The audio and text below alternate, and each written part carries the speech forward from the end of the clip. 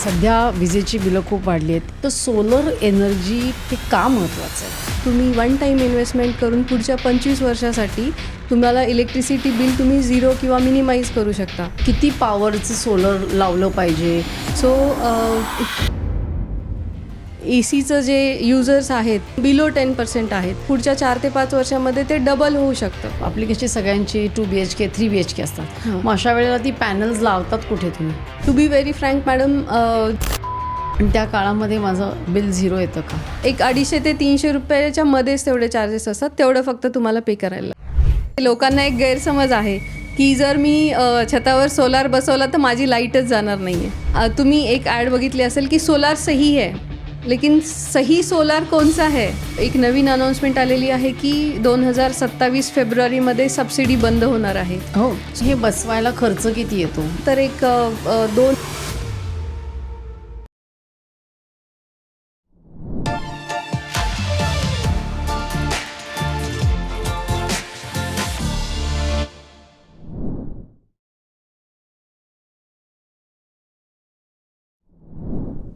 नमस्कार अर्चना, तुमचं सर्व काहीमध्ये खूप खूप स्वागत आहे. नमस्कार.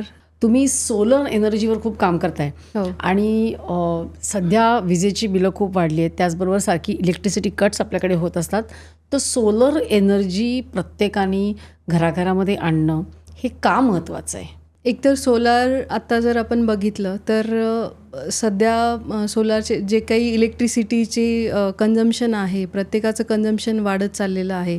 दुसरी गोष्ट, युनिटचं तुम्ही युनिट रेट बघितला MS रिसेलचा, तोही वाढत चाललेला आहे आणि प्रत्येकाला ते अफोर्ड होत नाही आहे. सोलार एनर्जी यासाठी महत्त्वाची आहे की तुम्ही वन टाईम इन्व्हेस्टमेंट करून पुढच्या 25 वर्षासाठी तुम्हाला इलेक्ट्रिसिटी बिल तुम्ही झिरो किंवा मिनिमाइज करू शकता. म्हणजे त्यामध्ये 90% पर्यंत इलेक्ट्रिसिटी वाचू शकता. त्यासाठी सोलार महत्त्वाचं आहे सध्या. पण मग मला कसं कळेल की म्हणजे किती पॉवरचे सोलर लावलं पाहिजे, हे कसं तुम्ही कॅल्क्युलेट करता? म्हणजे मी जर तुम्हाला म्हटलं की हे माझं घर आहे किंवा माझं फार्म हाऊस आहे किंवा माझं ऑफिस आहे, तर तुम्ही कशाप्रकारे तिकडे कॅल्क्युलेट करता की एवढं तुमचं कन्झम्पशन आहे, मग तुम्हाला किती KV तुम्हाला जनरेट करायला लागेल? ओके. सो त्याचं कॅल्क्युलेशन असं असतं, आम्ही 1 किलोवॅट सोलार जर तुम्ही इन्स्टॉल करत असाल तर ते दिवसातून 4 ते 4.5 युनिट जनरेट करतं. पर डे जनरेशन तेवढं होतं. सो तुम्ही एका महिन्याचं जर कॅल्क्युलेट केलं तर 100 ते 120 युनिटपर्यंत एका महिन्यामध्ये जनरेट करतं. सो आता आपल्याकडे जे लाईट बिल येतं तर त्याचं तुम्ही ॲव्हरेज जर घेतलं तर तुम्ही जर म्हणत असाल की 350 युनिट माझ्या महिन्याला मला कन्झम्पशन आहे माझं, सो आम्ही त्या हिशोबाने सजेस्ट करतो तुम्हाला. 350 युनिट कन्झम्पशन जर असेल तर त्याला ॲव्हरेज 3 किलोवॅटचं सोलार इन्स्टॉल करणं गरजेचं आहे. बट आम्ही जेव्हा तुम्हाला सजेस्ट करतो की 3 किलोवॅटपेक्षा ॲटलीस्ट 20 to 30% तुम्ही एक्स्ट्रा सोलार इन्स्टॉल केलं पाहिजे. ते यासाठी कारण की प्रत्येक, आता तुम्ही हाऊसहोल्डमध्ये जर चेक केलं, प्रत्येक घरी 2-3 वर्षामध्ये नवीन एक इलेक्ट्रॉनिक वस्तू ॲड होतेच, राईट?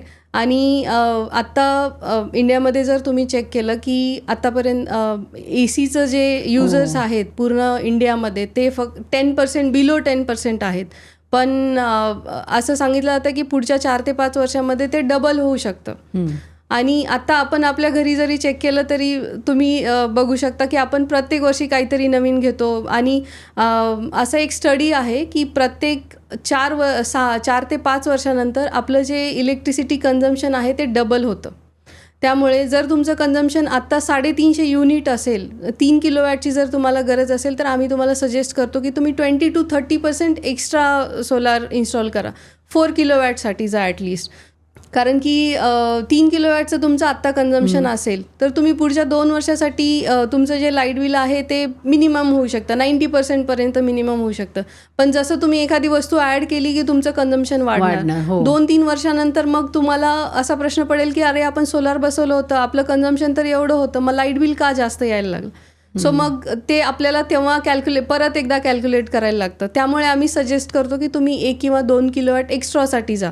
एक्स्ट्रा गेलं तर तुमचा फायदा असा होतो की जेवढे काही तुमचे युनिट जनरेशन होतं, ठीक आहे, आता यामध्ये एक बेसिकली असं असतं की तुमच्या सोलार तुम्ही बसवल्याच्या नंतर तुमच्या सोलारमध्ये किती युनिट जनरेट होत आहेत, तुम्ही किती कन्झ्युम करताय, प्लस जर झाले सरफेस एनर्जी इलेक्ट्रिसिटी जर जनरेट झाली तर ती MSCBकडे बँक होते.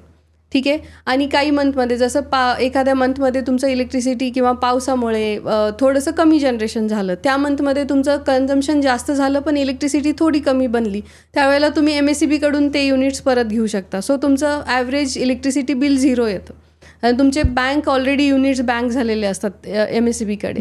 सो मग जरी तुम्ही एक्स्ट्रा सोलार बसवलं तरी तुमचा त्यामध्ये फायदाच होतो, कारण की ते बँक झालेले युनिट जे आहेत ते पास ऑन होतात नेक्स्ट मंथसाठी. पण मग हे बसवायला खर्च किती येतो? 3 किलोवॅटसाठी जर तुम्ही बघायला गेलात तर एक 2,20,000 पर्यंत खर्च जातो त्याचा, इन्क्लुडिंग त्यामध्ये पुढच्या 5 वर्षाचं मेंटेनन्स आमच्याकडे असतं. त्यामध्ये तुमचं क्लिनिंग आलं.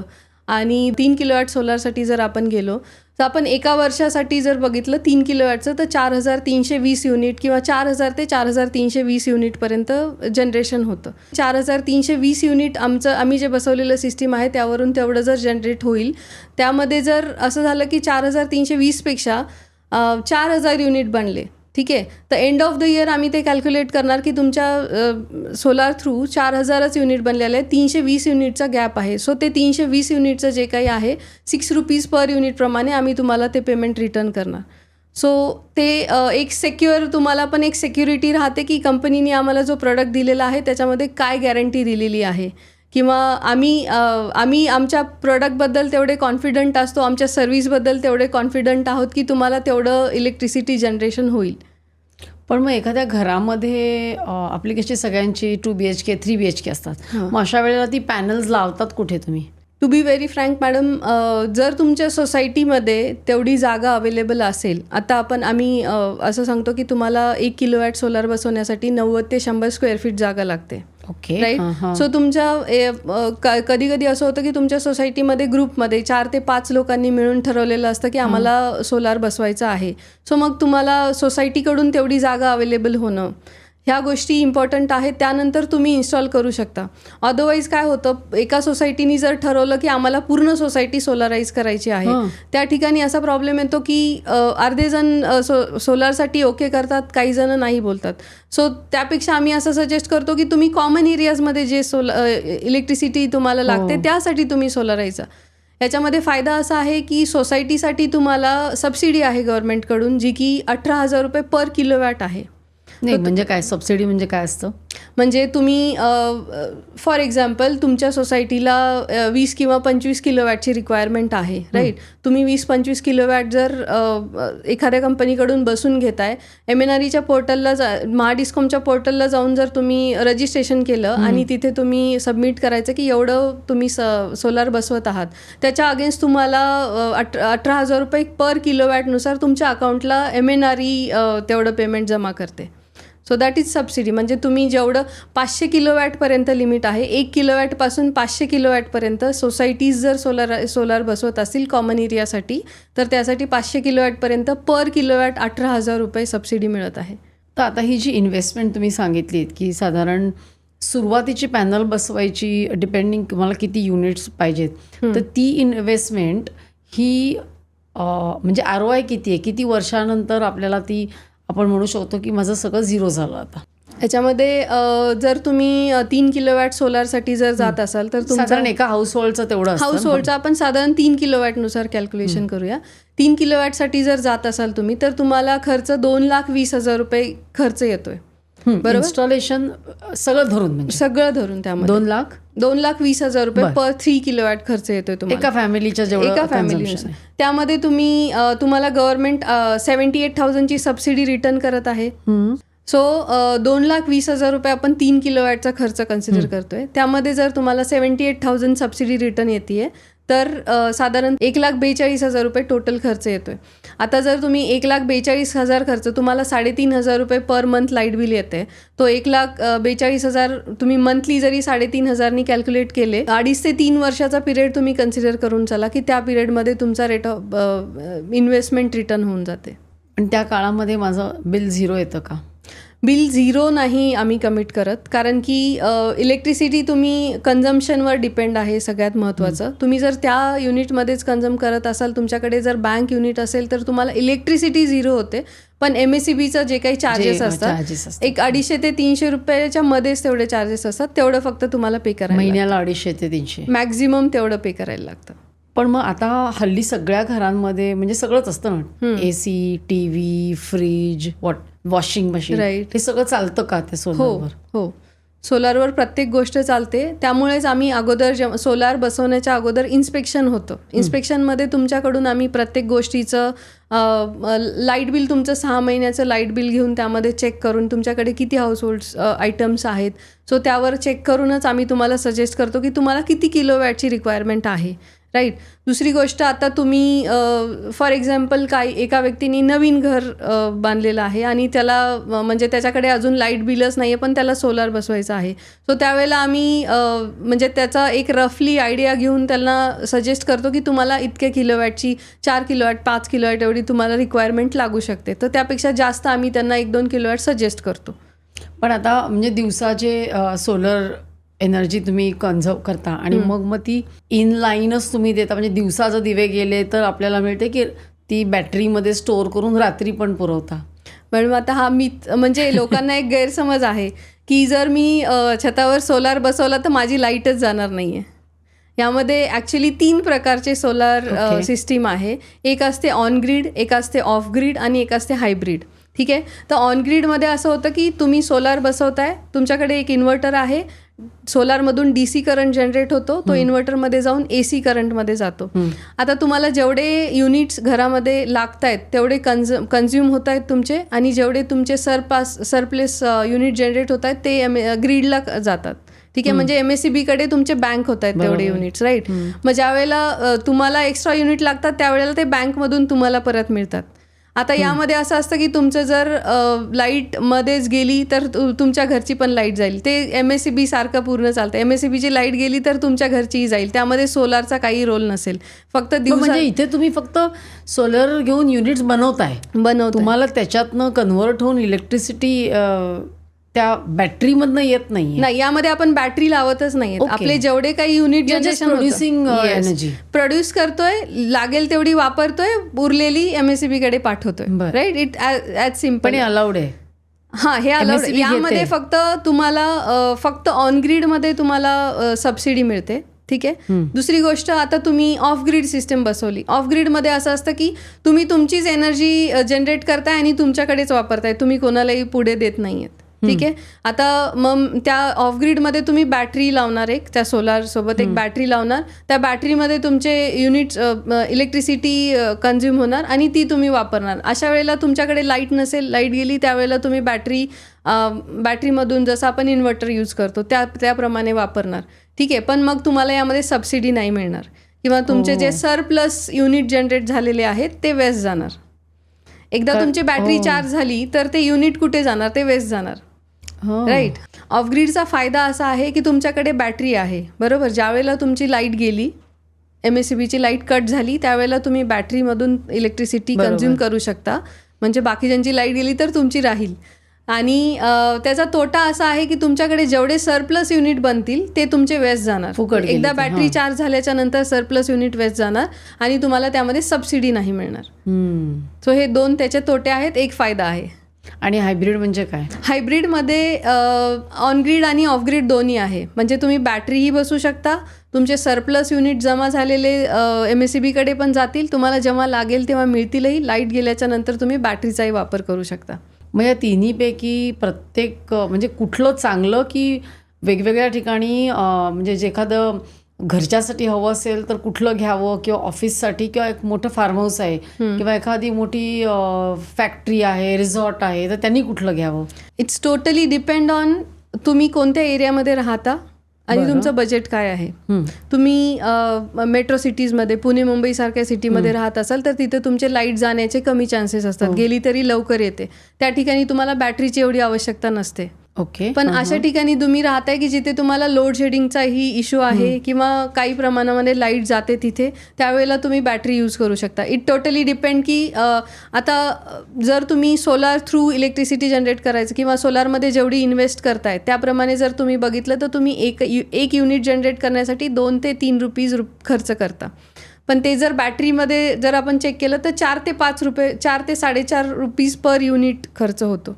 सो इट टोटली डिपेंड की तुमचा एरिया कोणता आहे आणि तुमचं खर्च करण्याची किती तयारी आहे. पण मग त्या बॅटरीचा खर्च जास्त असतो हो. का? मग तो पॅनल्सचा आणि बॅटरीचा काय खर्च असतो? तुम्ही 3 किलोवॅट सिस्टीम बॅटरी जर बसवली तर एक 30% एक्स्ट्रा कॉस्टिंग जाते त्यामध्ये. 20 to 30% म्हणजे एक्स्ट्रा तुम्ही जे 2.25 लाख बोललात त्याच्यापेक्षा आणखी जास्त जाते. 30% कारण जास्त. बॅटरीचा आणि नॉर्मल बॅटरी आपण सोलारसाठी नाही यूज करत. सोलारची स्पेशल बॅटरी, सोलारसाठीच बॅटरी जी बनते तीच देतो आपण. आणि मग साधारण आउटपुट म्हणजे उन्हाळ्यात किती असतो आणि पावसाळ्यात किती असतो? हां, गुड क्वेश्चन. ॲक्च्युली आम्ही जेव्हा तुम्हाला हे कमिट करतो की तुम्हाला ॲव्हरेज आम्ही एक 4 ते 4.5 युनिट पर डे जनरेट करून देतोय, बरोबर. तर आता हे ॲव्हरेज असं असतं, वर्षाचं असतं ॲव्हरेज. ज्यावेळेला आपण उन्हाळ्यामध्ये जर तुम्ही बघाल तर तुमचे एक किलोवॅट जे सोलार आहे ते तुम्हाला एक 5-5.5 युनिटपर्यंत जनरेट होतं. पण ते पावसाळ्यामध्ये जर बघितलं आपण तर एक 3-3.5 युनिट्स पर डे मिळतं. हां. आता एक मिथ असा आहे की पावसाळ्यामध्ये किंवा ढग असल्याच्या नंतर जनरेशनच होत नाही किंवा सोलार पॅनल काम करत नाही. तर असं नाही आहे. सोलार पॅनलला कडक ऊन असावं अशी काही गरज नाही आहे. म्हणजे अगदी उन्हाळ्या एवढं पण जनरेशन होत नाही, पण अगदी बंदही होत नाही. सोलार इलेक्ट्रिसिटी जनरेशन चालू राहतं, फक्त उन्हाळ्याच्या प्रमाणामध्ये थोडं कमी होतं. आपण उन्हाळ्यामध्ये जर 5 युनिट अज्युम करत असू तर पावसाळ्यामध्ये 3 युनिट बनतील.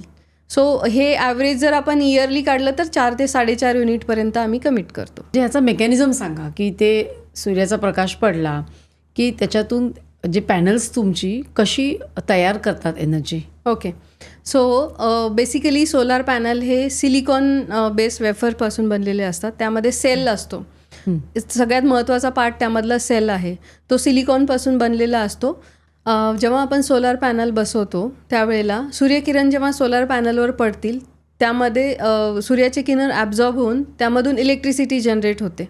ती इलेक्ट्रिसिटी DC करंट असतो. आपल्याला घरामध्ये AC करंट लागतो. इन्व्हर्टर थ्रू तो DC to AC current convert होतो. सो एक बेसिक मेकॅनिझम आहे त्याचं. आणि मग हल्ली सगळ्या बिल्डिंगवरनं सोलर हीटर्स मला वाटतं कंपल्सरी आहेत ना, ते कसं काय होतं? सोलार हीटर हा डिफरंट पार्ट आहे. त्यामध्ये सोलार ट्यूब्स असतात, हिटिंग ट्यूब्स असतात. ते पण इलेक्ट्रिसिटी सन रेज जे आहे ते ॲब्झॉर्ब करून त्यामधून पाणी पास होतं आणि ते गरम होऊन मग टँकमध्ये स्टोअर झालेलं होतं बेसिकली. सो आता सोलार बसवणं हे कंपल्सरी झालेलं आहे. सो सोलार वॉटर हीटरपेक्षा सोलार पॅनल का जास्त इफेक्टिव्ह आहेत, कारण वॉटर हीटरमध्ये तुम्ही फक्त पाणी गरम करताय. बरं, जर तुम्ही सोलार पॅनल जर बसवले तर तुम्ही घरामध्ये किंवा तुमच्या बिल्डिंगमध्ये जे काही कॉमन एरियाज आहेत, तुमच्या घरामध्ये जे काही इलेक्ट्रॉनिक वस्तू आहेत त्या सगळ्या त्यावर चालू शकता. जसं तुम्ही म्हटलात आता की सोलार वॉटर हीटर बसवणं कंपल्सरी आहे. सो आम्ही आता असं सजेस्ट करतो प्रत्येकाला की वॉटर हीटर बसवण्यापेक्षा तुम्ही सोलार पॅनल्स बसवा, 2 पॅनल एक्स्ट्रा बसवा आणि गिझर लावा घरामध्ये. सो तुमचा पूर्ण घरातली इलेक्ट्रिसिटी त्यामध्ये तुम्हाला फ्रीमध्ये मिळून जाईल, फक्त सोलार वॉटर हीटर बसवण्यापेक्षा. हल्लीच्या फ्लॅट सिस्टीममध्ये मला जर फक्त सोलर पॅनल्स लावायचे असतील तर तुम्ही कुठे लावायची? मी कारण हल्ली बाल्कनी एखाद दुसरी असते, मग अशा वेळेला मी कुठे लावली पाहिजेत? सध्या फ्लॅट्समध्ये सध्या सोलार बसवणं थोडं डिफिकल्ट आहे. कारण जर तुम्ही बाल्कनीमध्ये जरी विचार केला तरी पण काय होतं की सोलार पॅनलचा जो टिल्ट आहे तो साऊथ दिशेलाच पाहिजे, कारण साऊथकडून तुम्हाला जास्त इलेक्ट्रिसिटी ॲब्झॉर्ब होते. साऊथर्न साईडकडून सन जो रोटेट होतो, सूर्य तर पूर्वेकडून जेव्हा उगवतो तेव्हा ते पूर्वेकडे असायला नाही पाहिजे का? कारण पूर्वेकडे फक्त सकाळी राहतो, मग ज्यावेळेला तो दुपारी पश्चिमेकडे जाईल त्यावेळेला त्यावर प्रकाश नाही पडणार, बरोबर. त्यामुळे सूर्य जो आहे तो साऊथर्न साईडनी रोटेट होतो फ्रॉम ईस्ट टू वेस्ट, बरोबर. त्यामुळे आम्ही ते साऊथ दिशेला प्लेस करतो जेणेकरून दिवसभराची पूर्ण इलेक्ट्रिसिटी अब्झॉर्ब झाली पाहिजे. ते टिल्ट यासाठी करायचं की जास्तीत जास्त ॲम्पियर मिळालं हवं. सो फ्लॅटमध्ये हा एक हे आहे की तुम्हाला जरी तुम्ही बाल्कनीमध्ये बसवण्याचा विचार केला हो. तरी तुम्हाला तर साऊथ साईड मिळायला हवी. साऊथ साईड जर मिळाली नाही तर तुमचं जनरेशन कमी होऊ शकतं. दुसरी गोष्ट 100 स्क्वेअर फीटची बाल्कनी जर तुम्ही फक्त सोलारसाठी यूज केली तर तुम्हाला बाल्कनीच नाही. बाल्कनीची जागा नाही मिळणार.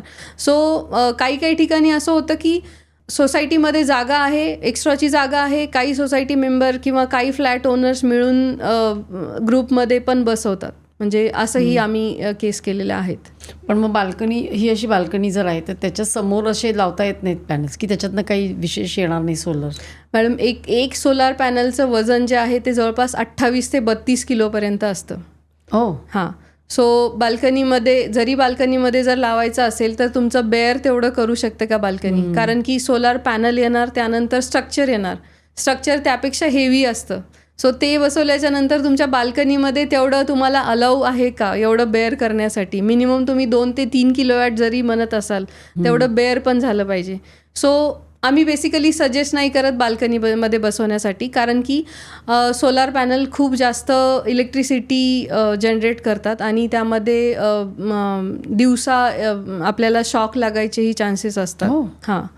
त्यामुळे आम्ही बाल्कनीमध्ये वगैरे तर सजेस्ट नाही करत. तुम्हाला टेरेसवर जागा असेल किंवा कॉमन एरियामध्ये जागा असेल जिथं की शॅडोचा काही इश्यू नाही आहे, त्या ठिकाणी तुम्ही सोलर पॅनल बसवू शकता तुमच्या स्वतःसाठी.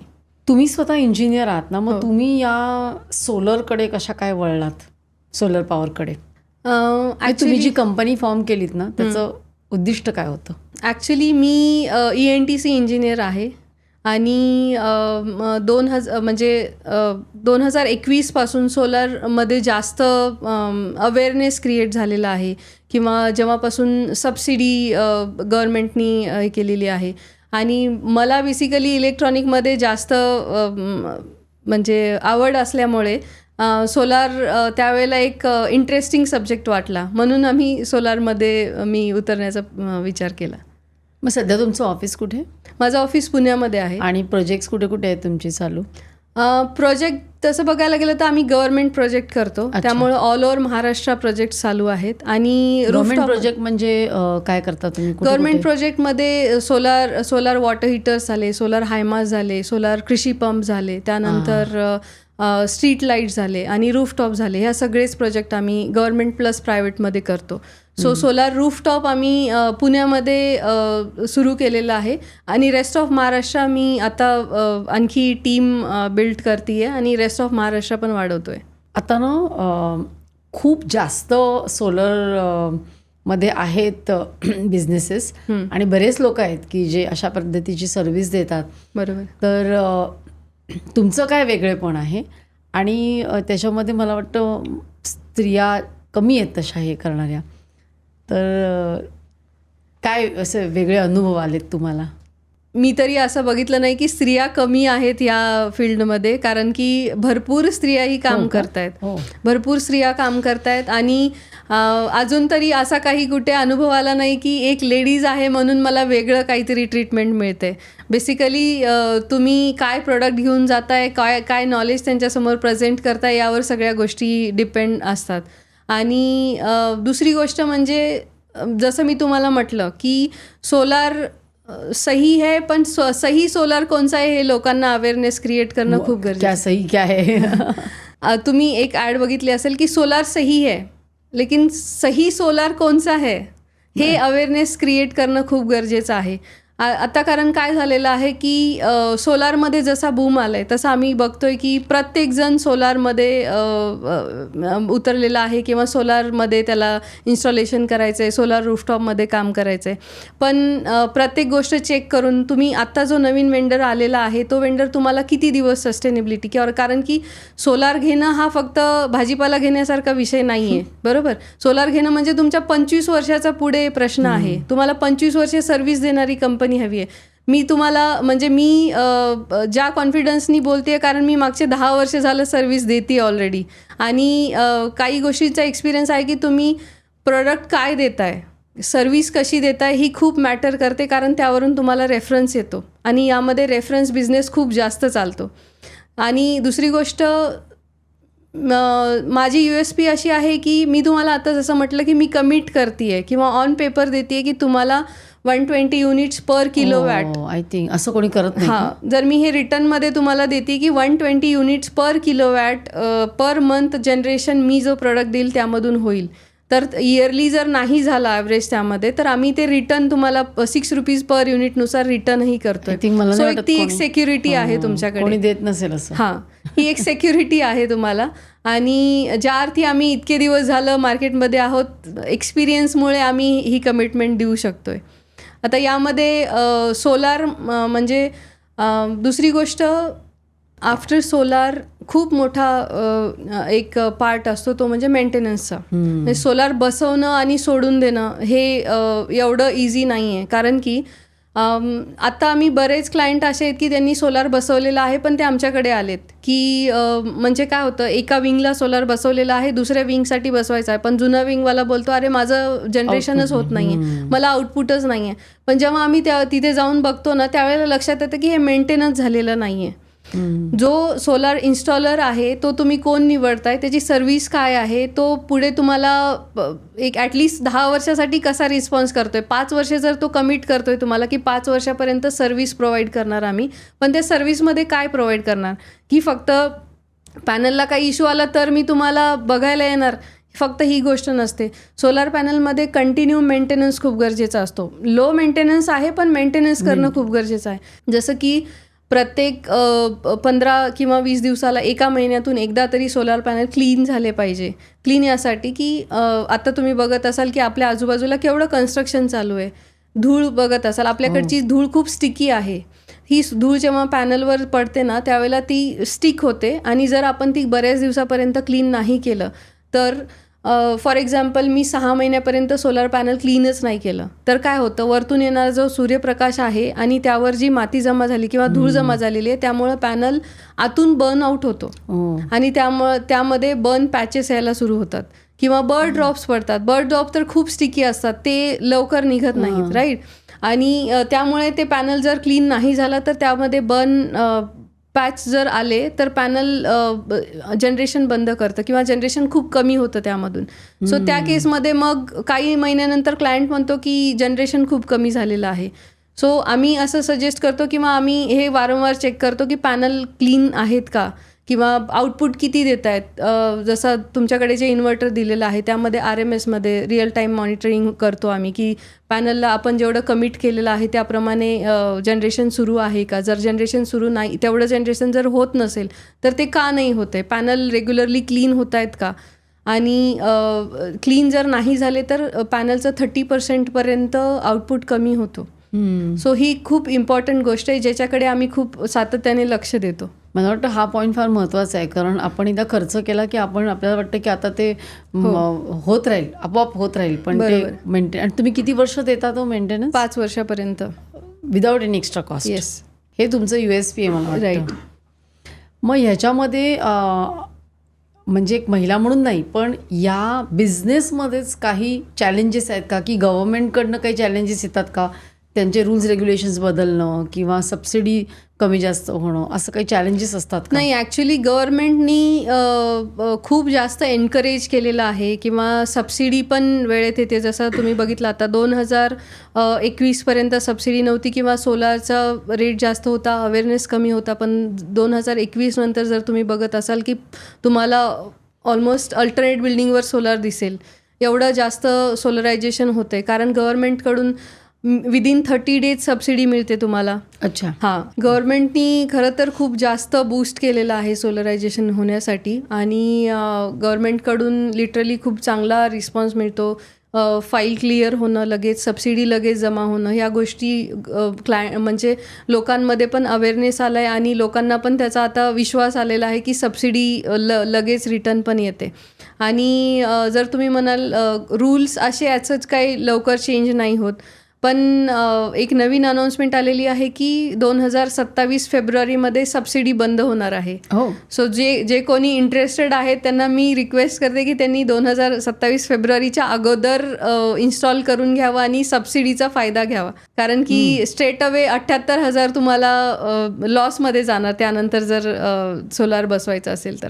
हल्ली ते सोलार फार्म्स वगैरे असतात ना, की एके ठिकाणी बनवून मग ती आपण MSCBला किंवा ह्याला आपण ग्रीडमध्ये विकून टाकतो, तर ते अजूनही आहे का? हो हो, ते अजूनही आहे.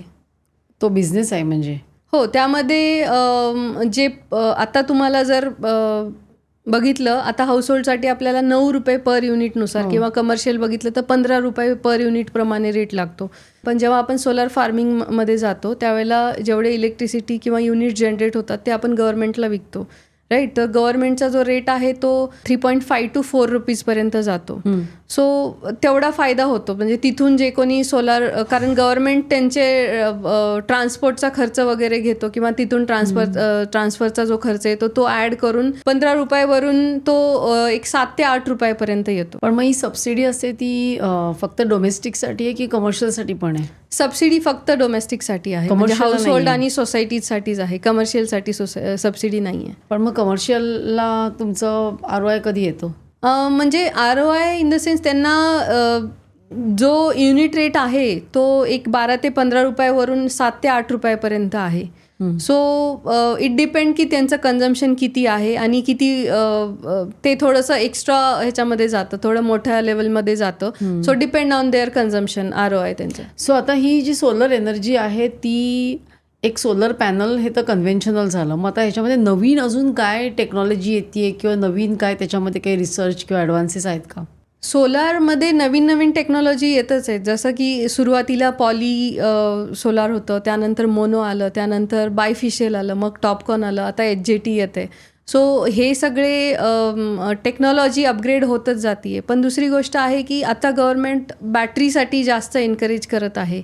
कारण की TOD आल्यामुळे तुम्हाला दिवसा जेवढी इलेक्ट्रिसिटी जनरेट होती ती दिवसाच यूज करायला मिळते. कमर्शियलमध्ये बेसिकली तुम्ही बघितलं तर जेवढी इलेक्ट्रिसिटी बनते तेवढी फक्त तुम्हाला दिवसा यूज करायला मिळते. दिवसा बनवायची, दिवसाच यूज करायची. पण रात्रीसाठी जे काही कन्झम्पशन आहे त्याचं गव्हर्नमेंट MSEB तुम्हाला त्याचे चार्जेस लावते. सो मग बेससाठी एक एनकरेजमेंट मिळते की तुम्ही बॅटरी 50% ॲटलिस्ट बॅटरी यूज करा. कारण की आता काय होतं, मॅक्झिमम लोक सोलारसाठी जात आहेत. हाऊसहोल्डसाठी जेवढं डिस्कॉमला सोलार इलेक्ट्रिसिटी डिस्ट्रीब्यूट करायची होती त्यापैकी बराचसा पार्ट सोलारनी कव्हर केलेला आहे, राईट. त्यामुळे डिस्कॉमवरचा भार थोडा कमी होतो आहे. पण सोलार कधीपर्यंत इलेक्ट्रिसिटी जनरेट करतं? जोपर्यंत तुमचं सनलाईट आहे तोपर्यंत. सनलाईट ड्रॉप झाल्याच्या नंतर सडनली सोलार थ्रू जनरेट होणारी इलेक्ट्रिसिटी बंद होती आणि डिस्कॉमवर खूप लोड येतो आहे. त्यामुळे कधी कधी ट्रान्सफॉर्मर उडत आहेत. म्हणजे सडनली लाईट जाणं तुम्ही चेक केलं असेल की लाईट जाते आहे, 7-7:30च्या दरम्यान लाईट जाते. डिस्कॉमवर खूप जास्त भार येतो त्यावेळेला. त्यामुळे आता असं सजेस्ट करतायत की तुम्ही बॅटरीसाठी जा. म्हणजे रात्रीसाठी तुम्हाला जी इलेक्ट्रिसिटी लागणार आहे ती बॅटरीमध्ये स्टोअर करा आणि ती यूज करा. म्हणजे डिस्कॉमला पण तेवढा जास्त लोड नाही येणार. लिथियम बॅटरीज असतात ना, पण त्या खूप महाग असतात. म्हणजे एक डोमेस्टिक यूजला सुद्धा त्या खूपच महाग असतात. पण त्याचं 8 वर्ष किंवा 10 वर्षापर्यंत बॅटरीला विथ मेंटेनन्स 0 आहे. त्यानंतर 8 वर्षाची वॉरंटी आहे.